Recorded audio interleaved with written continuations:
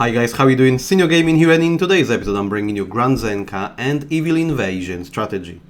So Evil Invasion is one of the gate mini events, and as you see obviously got plenty of them to go for. And the reason I have picked up as this is a pretty specific mini event. As you see, I actually got recommended CP of 8.53D to complete it, and I'm pretty much struggling to do it. So what I mean by that is if you go full auto, you might struggle to complete this event. Therefore, it requires a certain way of trying to beat the next level. Yet again, the game itself got a pretty specific spread when it comes to this recommended CP. As for example, in here we mentioned 853, but if I go to a dark portal, I have actually managed to clear 81, and now I can go of 101D recommended CP.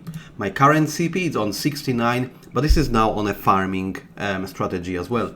So I'm gonna switch into a full power output. So I go into my first awakening, and this is where I went with a critical damage. I feel this is something which benefits me, and I have landed with pretty good bonuses here, so therefore that's what I'm going with. So as you see, now we have managed to actually boost our CP to a 74.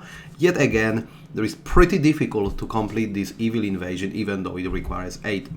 I will also change now my strategy to a first tab when it comes to my skills, and this is a selection which I've got all the first 6 skills. And the reason for it is obviously they've got a minimum cooldown, so they won't be doing as much damage as any other end game skills. Obviously we're talking here about double S, but these are the lowest grade. Yet again, they got a very quick cooldown, so we will be able to efficiently use pretty much skill after skill. It's important obviously when you draw these skills to actually keep leveling them up as much as you can.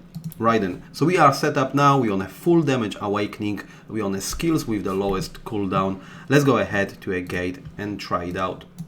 So you see I'm going Evil Invasion, and because I have completed this level, again not really comfortable, I'll show you strategy on an invasion number 15. So we want to enter the game itself, and as I mentioned, we can just leave pretty much the game itself to start playing with it, but you will run out at some point of skills. You won't be able to kill them efficiently, and as you see, monsters slowly and slowly will start gather next to the gem we're trying to protect. So the strategy I've got for you today, it will require a little bit of your manual input. So as you see, you play on a phone, you will have option to start guiding your character. If you on a computer like myself on BlueStacks, you'll have to use your mouse, and pretty much what you want to do is you want to keep dragging character to the left, and when the your enemy is getting closer, you want to release it. And the reason you want to do that is just this character will always face right hand side and will use skills when necessary. You don't want to waste your skill on a singular monster, you want more of the monsters gather up. And again, now we're waiting, making sure all the other skills are getting a cooldown, and we fully embrace the damage output. If you just leave it fully on auto, earlier or later you will start seeing the gaps within the damage, a lack of the cooldown on the skills, and then more likely you won't be able to complete these stages.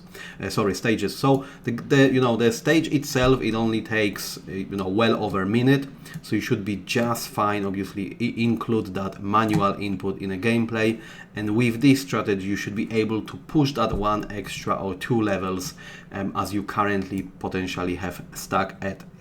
So once again, full damage output, strategy with a skills with a lowest cooldown possible, and as you see, we're able to pretty much use skill after skill. Okay.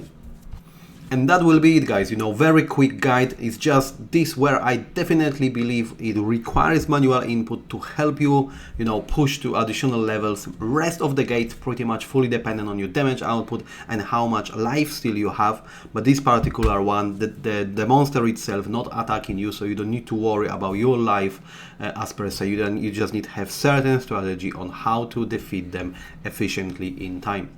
Alright then, I hope you found this video useful, guys, and as always, I'll see you next time.